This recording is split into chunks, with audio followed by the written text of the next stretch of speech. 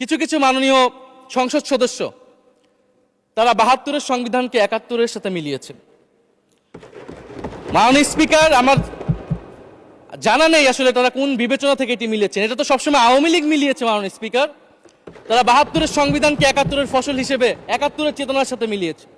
৭২-এর মূলনীতিকে ৭১-এর মূলনীতি বলে ৭১-এর আদর্শ হিসেবে প্রচার করেছেন। আমরা তো সেটার বিরোধিতা করেছি মাননীয় স্পিকার সবসময়, এবং বিএনপির বহু নেতা এটার বিরোধিতা করেছে মাননীয় স্পিকার। ৭২-এর সংবিধানের ক্রিটিসিজম, সমালোচনা ৭২ সাল থেকেই বাংলাদেশে শুরু হয়েছিল। গত ১৬ বছর এই সমালোচনা তৈরি হয়েছিল। ৭২-এর সংবিধানের সমালোচনা মোটা দাগে তিনটি। প্রথমত, এই সংবিধান স্বাধীন বাংলাদেশের নির্বাচিত প্রতিনিধিরা প্রণয়ন করে নাই। আমি সরকারি দলের মাননীয় সংসদ সদস্য ব্যারিস্টার নওশাদ জমির সাহেবের সাথে, ওনার সাথে আমি সহমত পোষণ করে বলতে চাই, একটা স্বাধীন দেশের শাসনতন্ত্র রচনা করার অধিকার, সুযোগ সেই দেশের নির্বাচিত প্রতিনিধিদের হওয়া উচিত।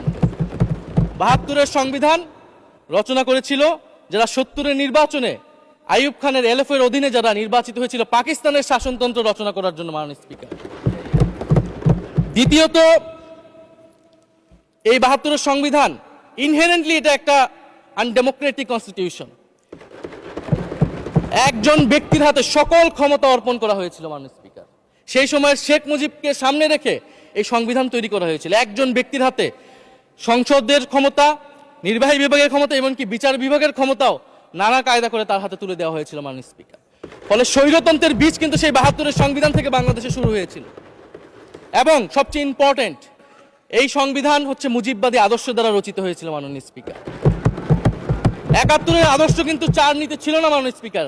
৭১-এর আদর্শ ছিল সাম্য, মানবিক মর্যাদা, সামাজিক ন্যায় বিচার। ৭২-এর সংবিধান এসে বলা হলো জাতীয়তাবাদ, বাঙালি জাতীয়তাবাদ, ধর্মনিরপেক্ষত্ব, গণতন্ত্র এবং সমাজতন্ত্র, এবং এটার বিরুদ্ধে বিদ্রোহ করেছিলেন মেজর জিয়াউর রহমান। মাননীয় স্পিকার, আজকে বিএনপি তার ফান্ডামেন্টাল জায়গা থেকে সরে যাচ্ছে মাননীয় স্পিকার। শুধু জামাত ইসলাম ৭২-এর বিরোধিতা করেছে বলে কি বিএনপি এখন আওয়ামী লীগের পজিশনে চলে গিয়েছে?